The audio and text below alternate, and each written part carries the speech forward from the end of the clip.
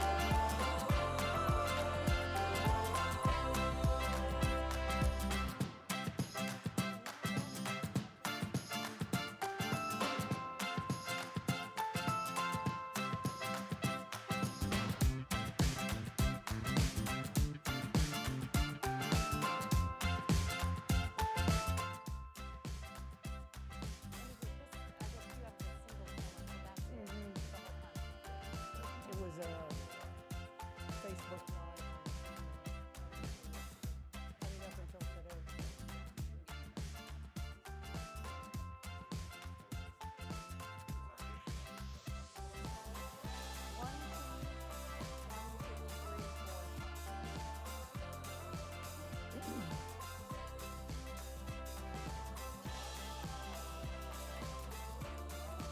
So what's been going on? Just cares and more cares. Pressing the government to do better. I'm sending a letter. I can text it to you. Sending a letter asking him to send the funding, the state funding to the city. Oh, up there, he's just up. Yes, so we're pressing them on that as well. Do you have a vote? But that's the key right now. The guidance out of Treasury and the guidance out of the state of Florida to get that money to their partners across the state. And you said you talked to Wilton City.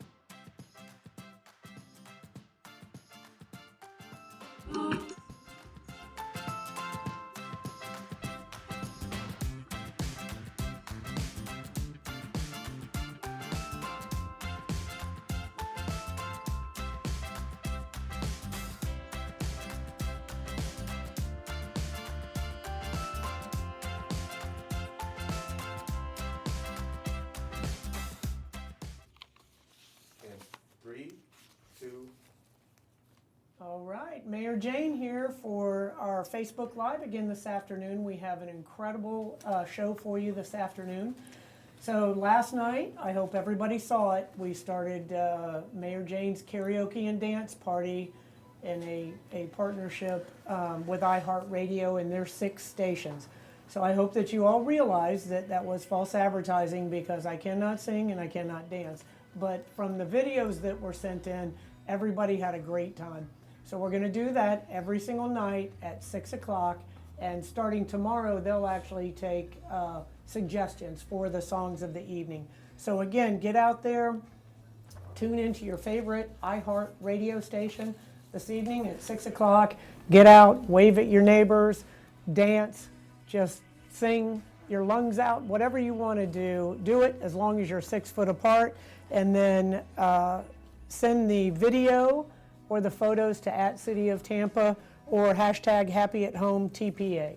So please, please, please get out there and let's have a good time. It was the video was hilarious from last night, so I can't wait to see this evening as well. So again, critical. I know you guys. It makes it seem like I'm a broken record, and that's because I am. I keep repeating the same thing. We have got to continue to have that distance separation, 6 foot or more at all times. The CDC has come out with a recommendation that you wear a mask, some type of a mask, even if it's a bandana or something along those lines when you're out in the public, if at all possible. Again, maintaining a minimum of 6 feet separation from others, and then also following those simple hygiene steps, washing your hands for 20 seconds repeatedly, and then cleaning, disinfecting any surfaces. It's just critically important. That is the one way we can stop the passage of this virus, the spread of it. So it's critically important. Case update.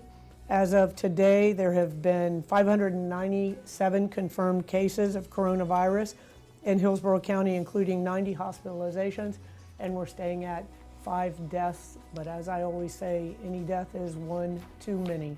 So we have to do all we can to stop the spread and to reduce the number of positive cases and definitely reduce the number of deaths here in our community.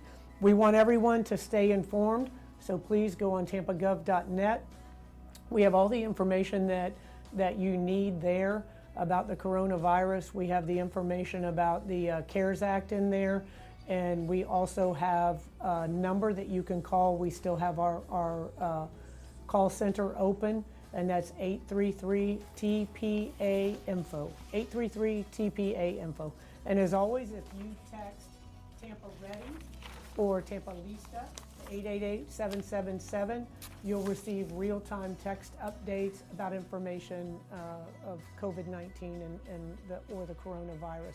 Also, Tampa Biz to the same number, 888-777, and you'll receive updates on all of the relief, financial relief that is coming our way. So please stay informed, stay tuned, and stay home. So we have an incredible guest with us this evening, my sister in service, Congresswoman Kathy Castor, who has just been incredible for our community for the entire time that she has been involved in service. But she has really, really kept us informed during this outbreak of COVID-19. And she has pushed hard for the relief funding, and she has also kept us informed about all of this funding, what's coming our way, and the different issues associated with it. So welcome. Thank you so much for taking time out of your day. Well, thank you. I guess everyone's heard of Cuomo and Cuomo with Governor Cuomo and Chris Cuomo. So today you have Castor and Castor There you go. on the air. But Mayor Castor, I want to thank you and your entire team for your outstanding leadership at this time, especially getting out there early to talk about how important it is, based upon everything we're hearing from public health experts, about staying home and social distancing, because we know that that is going to make a world of difference for our neighbors, through our hospitals, for our healthcare workforce out there. So I want to thank all the Tampa citizens as well, but thank you. Oh, my pleasure, my pleasure. So let's get right to the questions, and there are a lot. And remember, you can text in your questions as well. So what are the highlights of the last federal bill and the type of assistance available in it for neighbors, families, and small businesses? Right, so the Congress passed 3 emergency aid packages to respond to the COVID-19 public health emergency. The third package is the most impactful for our neighbors and citizens because it provided billions of dollars for our hospitals, so for Tampa General, St. Joseph's, Advent Health, for our Tampa Family Health Centers. In fact, just this afternoon I was notified that Tampa Family Health Centers received another $3.4 million from the CARES Act, so the money is getting out. It also provided money to state and local governments. We want to, because you know the city has been very forward-leaning and on response, Hillsborough County as well. So last week, the city of Tampa received about $3.5 million as a down payment on aid that they can provide to citizens. Hillsborough County received about 6.3, and the end of last week it was also cleared that announced that our transit agencies, including HART, received $91 million because they're losing revenue at the fare box, but a lot of their workers are still on task. But the most impactful for our neighbors will be the direct cash assistance, the $1,200 checks that will begin rolling out next week. So if you earn $75,000 or less, or you're married and earn $150,000 or less, you will receive that direct cash aid. So $75,000, you'll receive a check for $1,200. Married, you will receive $2,400. If you have children, it's $500 per child. If you're a head of household and make about $112,000, you'll receive a little bit more than that. So if you have paid taxes in 2018 and 2019, and the IRS has your information on direct deposit, if you usually receive your tax refunds directly from the IRS into your bank account, you will likely be in the first tranche to receive those payments. We have been informed by the Treasury Department those will go out as early as next week. Oh, good. Then additional payments will roll out over the coming weeks. We are pressing the administration to get them out as soon as possible because folks are really in the lurch. They need this cash assistance to weather the tide here. If your only source of income is Social Security, so if you're retired and Social Security is your main source of income, you will also receive the $1,200 cash assistance payment if your overall income is $75,000 or less. Treasury had put out an advisory last week that Social Security recipients would have to go and file a tax return. Many of them don't. But we pressed the Treasury Department so that they rescinded that guidance, and now Social Security recipients will not have to file any additional paperwork to receive that direct cash assistance. But it will take a little bit longer. Don't look for that in accounts or in the mail over the next couple of weeks. It's likely to be take a little bit longer. Then there are important initiatives for small business owners, and of course unemployment insurance that we can talk more about. Okay, and that brings up one of the other questions. So if you didn't happen to file your income tax, say in 2017, 2018, so individuals will need to file an income tax return. They can do that in order to get this stimulus check? Yes, typically, if you filed your taxes in 2019 or this year, or I believe 2018 too, they have your information and they will send it out. Mm-hmm. But this is new. We've never done this before. So I want folks to feel comfortable in reaching out to my office. If you do not see that cash assistance in the mail by mid-May, if you haven't received it, call and make sure. You can also go ahead and update your information with the IRS on direct deposit on your bank account if you feel comfortable doing that. And that may just speed that cash assistance payment to you. Mm-hmm. And then real quick is just a reminder to our viewers that no one from the IRS will call you for information. Anyone that calls you about the stimulus checks that says you can get one quicker if you give them your information, or they're from the IRS and they need your information, hang up immediately. Any emails on that topic, just delete, because you should be contacting the IRS. There's going to be a lot of scams out there, and they've already started.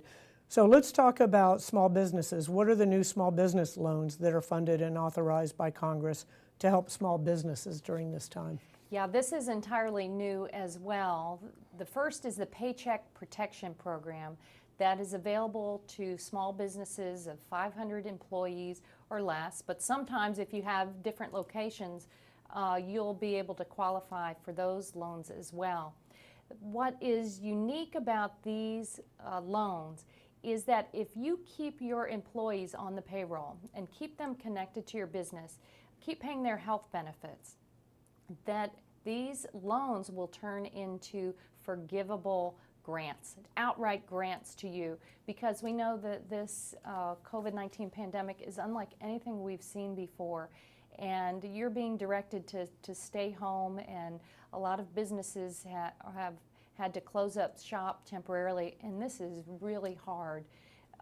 So we're trying to get money to you to weather the storm. Paycheck protection, it's important for you to work with your lender, your bank. a lot of the businesses that have a loan already with certain local banks, that's going to be your best avenue to get help and assistance. I know it's not perfect out there. I'm hearing from a lot of our friends and neighbors who say, but my lender wasn't ready to go. Remember, this initiative just launched over the past couple of days, and it's going to take a little bit of time to sort through it. The banks are going to have to get up and running. A lot of them are working at home as well, so be patient. I know it's difficult. There are also emergency disaster loans available. And the best resource we have here locally is the Small Business Development Center at USF. Eileen Rodriguez and her entire team there can help walk you through the options. There are also emergency bridge loans that the state of Florida has available. But I know folks have a lot of questions. It's very important that you gather all of your financial information together and check in with the SBDC, Tampa Bay Small Business Development Center at USF. They're a terrific resource to walk through all of the options. I have a toolkit on my website as well. That might be a good first stop at castor.house.gov, but we're all in this together, and we want to help connect you to the right resource. And I know a question that I've heard a lot are for the businesses that have had to lay their employees off right away. Restaurants are a great example. If they hire those employees back, then this can turn into a grant, correct? So that's correct, Mayor. And this could be a lifeline for a lot of our small business owners because they have put their heart and soul into their businesses. They're loyal to their employees. I've talked to a lot of them as well, and it's just gut-wrenching what they're going through right now. So we want to help, and that's the intent of the CARES Act, to get resources, whether it's the cash assistance directly or it's these small business loans that can turn into grants, or the unemployment insurance. That's the aim, to get the money back home here as quickly as possible. And with the small business loans, 501c3s are included in that category, correct? Yeah, let's talk about that because that is entirely new. For the small business loans and for unemployment insurance, they've never been open to gig workers, self-employed. Has not been open to nonprofits, the 501c3, so there are probably churches out there, but a lot of the nonprofits that are the essential safety net for our wonderful community. I mean, Tampa is a generous, thoughtful, and caring community, and one of the reasons is because of our nonprofit organization. So yes, they qualify. Good. That's great information. What student loan relief is available, if any? Yeah, this is another tough one. But we know that students will have a very difficult time paying their student loans. So the CARES Act suspended payment for student loans through September 30th.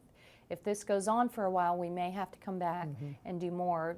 The CARES Act also lowered the interest rate to 0 on these loans. So if you want to pay, if you have the ability to pay, keep paying, and that's fine. But for a lot of families, it's going to be very difficult to afford that student loan payment. So you now have forbearance until September 30th.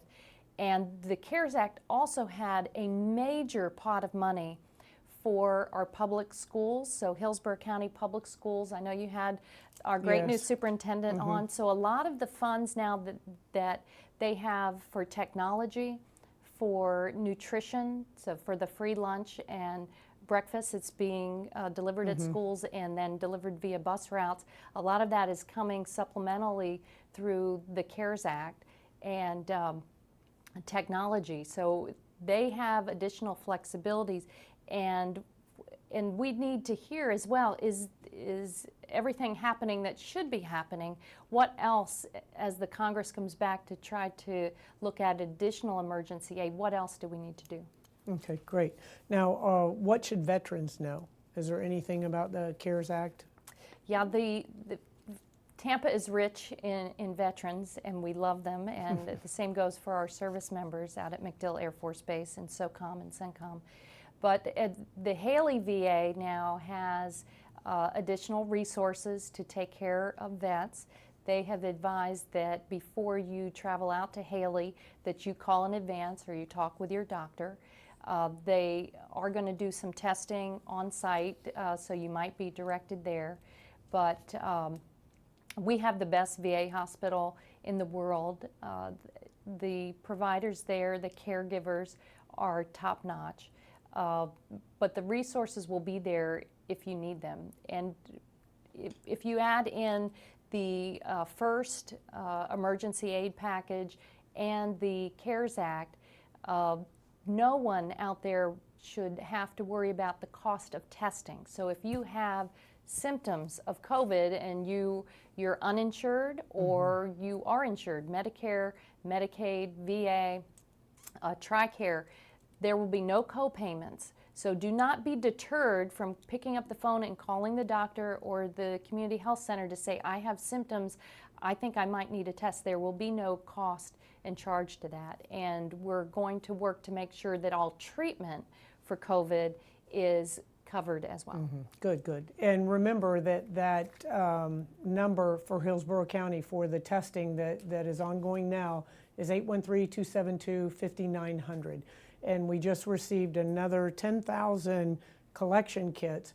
And so Hillsborough County EOC is looking at opening different locations in the Hillsborough County to be able to test. So that's good. So speaking of Medicaid, what would expanding Medicaid in Florida mean during a time like this? This is a very important question. You know, the state of Florida, folks in Tallahassee are not serving the state as well as they could be. And one, it's really going to show during a public health emergency like this, a pandemic, where you have the unemployment insurance website crashing because it was intentionally built to be a deterrent to helping folks. It's almost the same thing with health services under Medicaid. The state of Florida is one of only 13 states in the country that has not expanded Medicaid to the hard-working folks who do not have private health insurance and they make too much money to qualify for other health services. So what this means is that we're paying our billions in tax money, sending it to Washington and just letting it sit there, or it goes to other states. And what that has left is about 800,000 Floridians without insurance, without Medicaid health services. And that's costing us billions and billions of dollars. That's our tax money. We should be bringing it home.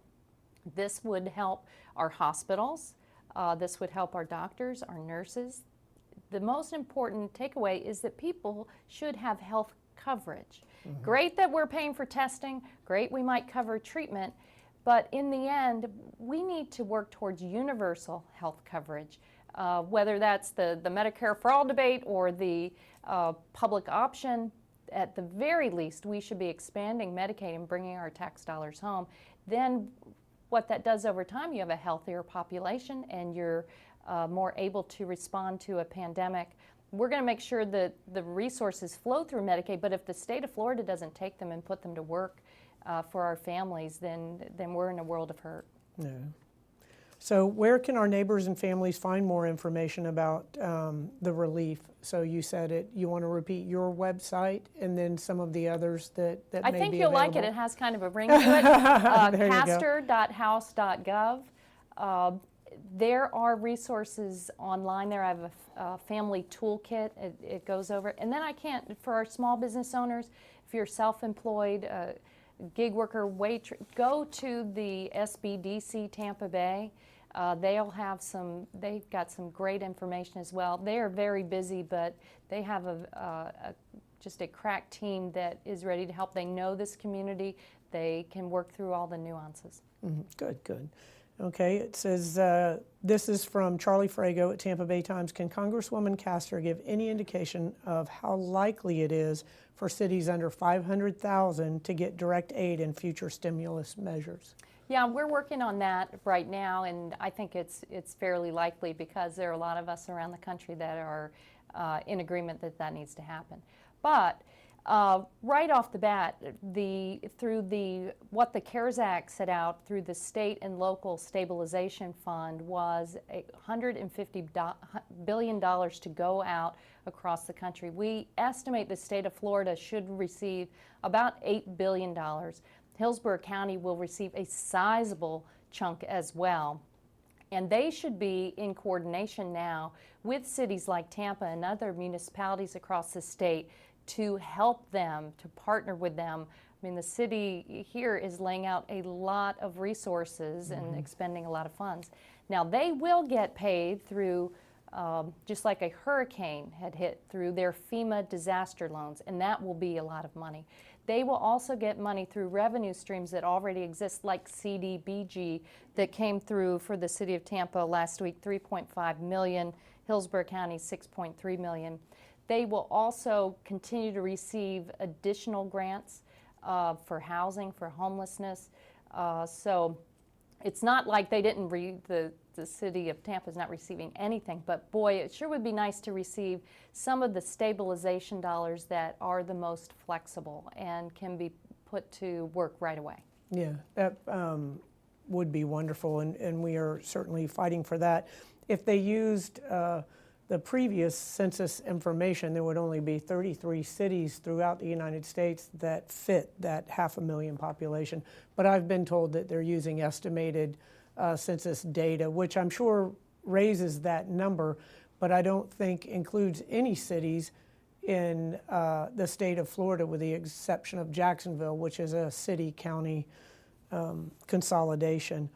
So here's a question from M. Woods on Twitter. It says, will first responders be tested, and if so, when? So right now we are testing first responders that are exhibiting symptoms, but as I talked about on one of our previous programs with Dr. Lockwood, we talked about the antibody testing, and that we talked about how COVID is so easily transmitted, but also the fact that in a lot of cases it's silent. So you can have it and be spreading it to others and not even know that you have it.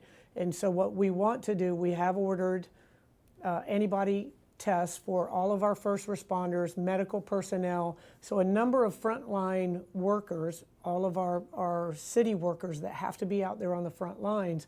So we've ordered those, and we're going to give those to all of the frontline essential workers.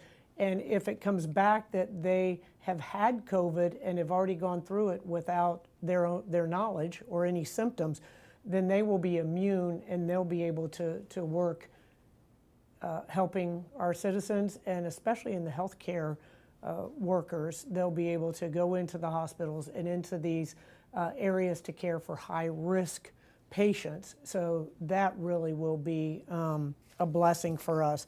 But we have been testing first responders as necessary. One of the things that's interesting is with our paramedics and firefighters is that they come in contact with so many individuals that have communicable diseases that there's a theory, not proven, that they have a much stronger immune system to different types of communicable viruses and diseases. But we're definitely looking out for all of our essential personnel because they're the ones on the front line getting it done every single day. So very happy about that. Let's see, says, this is from Sarah Marvel. Says, when everything opens up, will it be all at once or a layered reopening? I say we cut the ribbon and just open it up. Yeah, it's, I don't know how we can do a layered reopening, but you know, it will take time to get individuals back out in mass. I think that will be its own layered reopening as opposed to something that is initiated by us. I think we have to listen to the public health experts.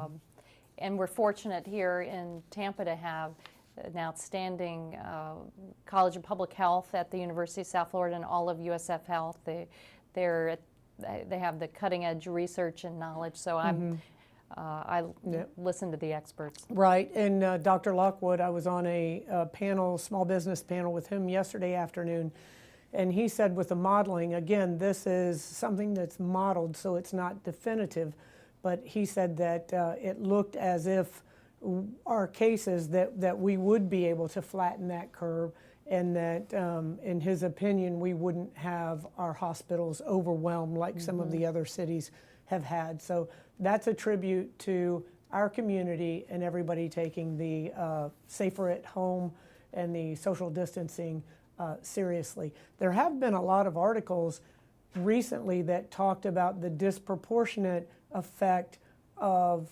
COVID, the coronavirus, on minority communities, and specifically on African American and Black communities. And so that's something that we need to take very, very seriously, and pay attention to individuals that are coming in the homes of those that are high risk, again, elderly, and those with what they term as comorbidity. And those can be things like anything that diminishes your immune system, or hypertension, diabetes, those types of health concerns that can really make you more susceptible to the effects of coronavirus, including asthma, those types of things. And there's not definitive science on exactly what it is that can cause you to have a more severe reaction to the coronavirus. I mean, there are things out there all the way from high blood pressure medicine to individuals who vape. So there's no definitive science to that yet.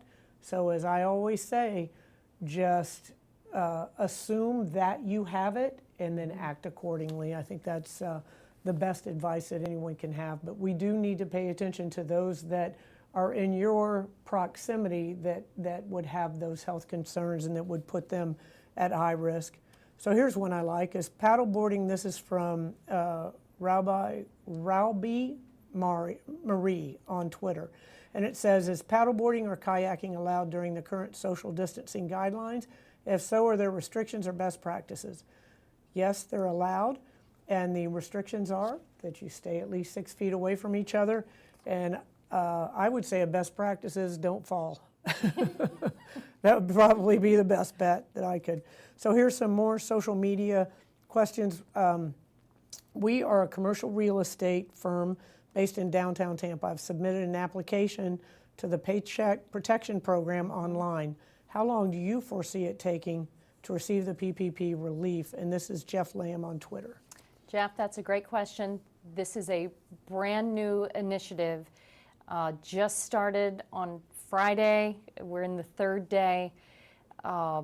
This is the initiative to help small businesses stay connected with their employees through those loans that you work with your banks or lenders or credit unions.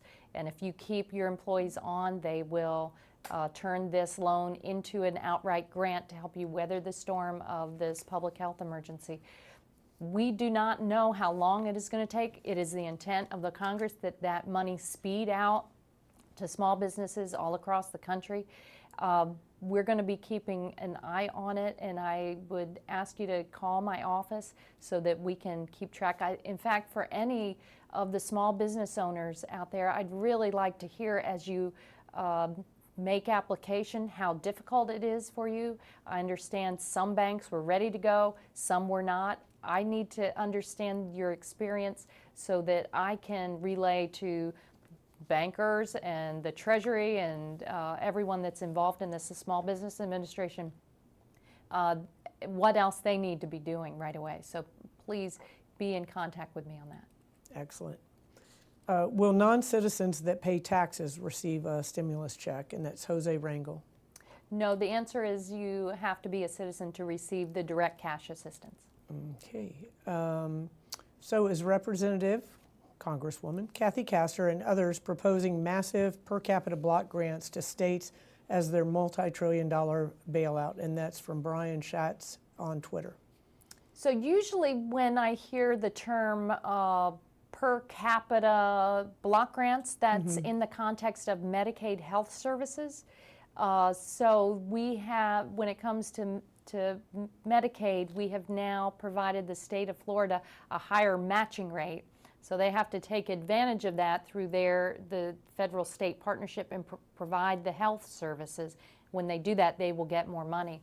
If you mean the new state and local stabilization fund, that $150 billion that will go out to states and local communities, that is a new one-time public health emergency stabilization fund. And we talked about that, how we want to get it, some of those flexible dollars down to communities that, like the city of Tampa, that have a population of 500,000 or less. And I'm hopeful that we will do that, but this needs to happen right away, and the state of Florida needs to work with the city of Tampa and other cities, as does Hillsborough County, because we're all in this together.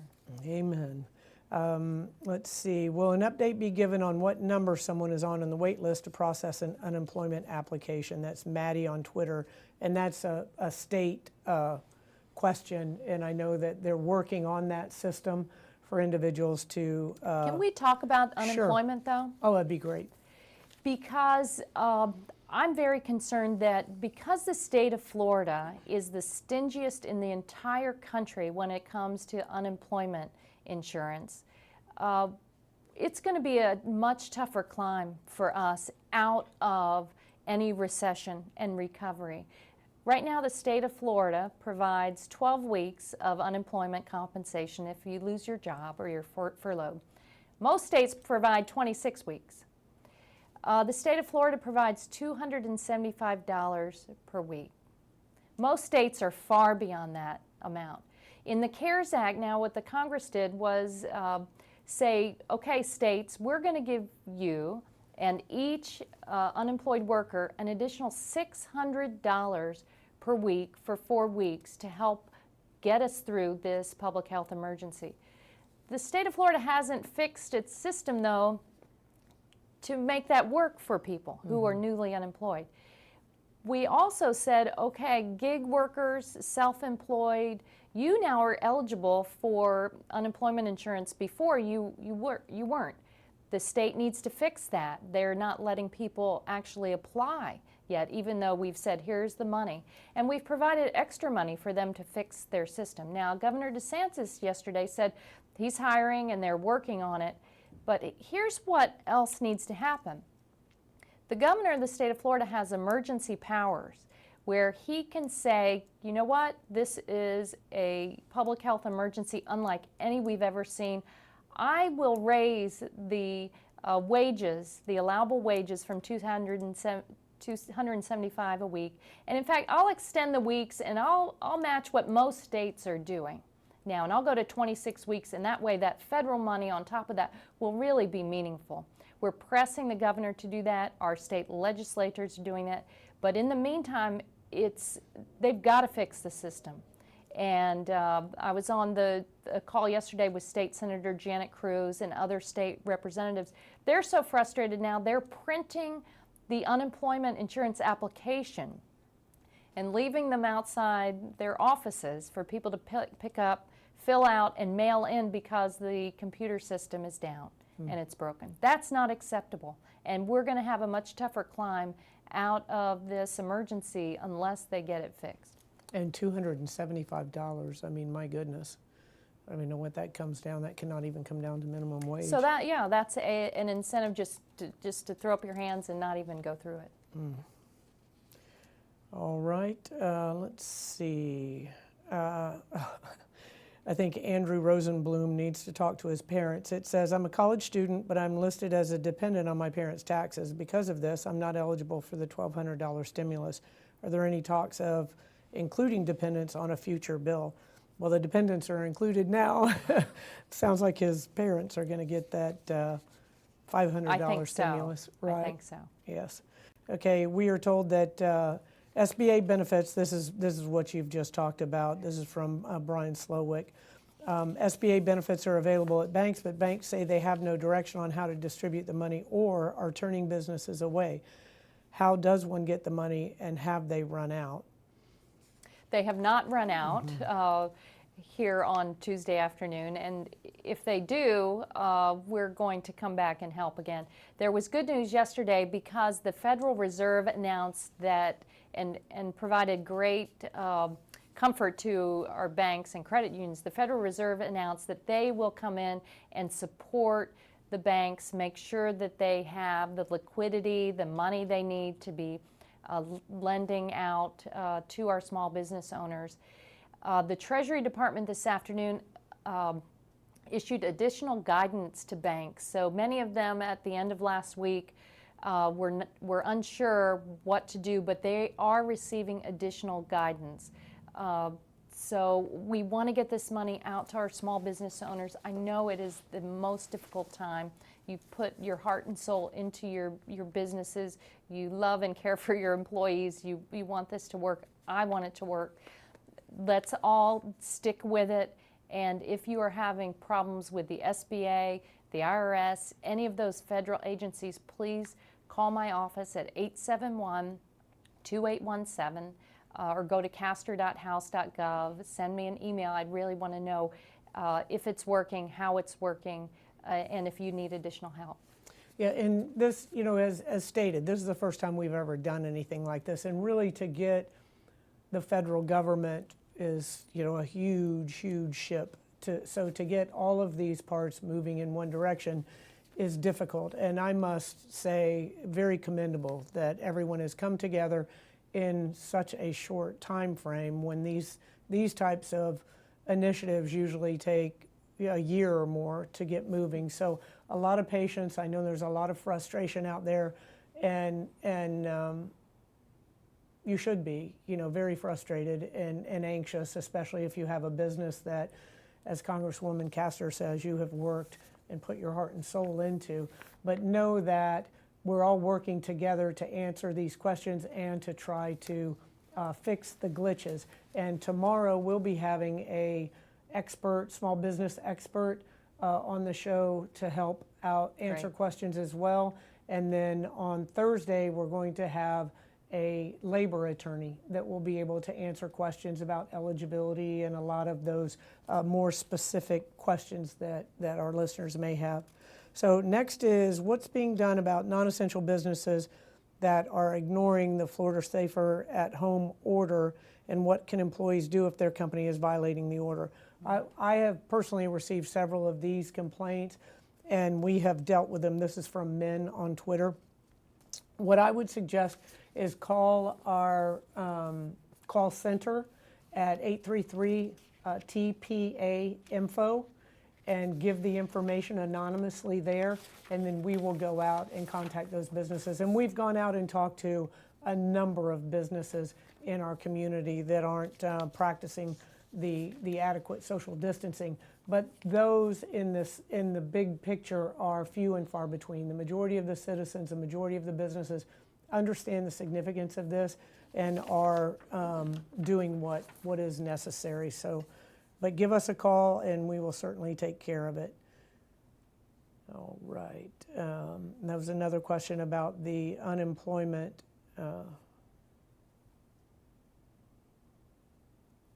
Okay, what is Congress going to do? Oh, okay, never mind. I'm a sole proprietor owning a business for myself. I've lost all prospective business opportunities. My prospective customer base is from schools, preschools, etc., which are hit with the current situation. What relief options can I expect? Well, don't give up hope. The school districts, the community colleges, the universities are receiving some additional dollars. Maybe there is an opportunity for you there. The CARES Act also provided, by the way, additional dollars for our child care centers through the Child Care Development Block Grant. Those are monies that will go to the state of Florida, and the state of Florida will disperse them out to make sure that our child care centers do not close during this pandemic, that they can retain their workers.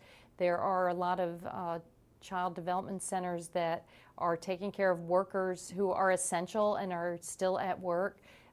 So that's one through our Early Learning Coalition. If you're a child care provider working with the Early Learning Coalition, they should have the dollars to keep you afloat for a while longer. All right. What's being done about rent and mortgage? If we're unable to pay, are we going to get evicted? Will there be some sort of state or local ordinance that keeps that from happening while we are under lockdown? And that's from Victoria Bowers on Facebook. I know that that's been passed at the state level, that the evictions have been halted, but prior to that, Sheriff Chronister got with the chief judge, and they put a moratorium on evictions as well. And as I've said in the past, dealing with this particular issue, is to just talk to your landlords, be upfront about it and say, I lost my job. A lot of the landlords are using the security deposits as a rent payment. But yeah, just understand that you are protected from this. And if you have a federally backed mortgage, there are a lot of mortgages out there that are FHA backed, and you do have forbearance for a certain period of time. Okay, and the very last question is about voting. It says, will Representative Castor commit to a national vote by mail? I think we're going to have to look at it. In the CARES Act, we provided some money for elections, and we pressed to have a lot more money out there because we're going to have to alter our elections. The primary election here in Florida is in August. That's really right around the corner. And I want Craig Latimer to have the resources necessary to conduct a safe election. So I love the vote by mail. It needs to, yes, go nationwide so people have that option.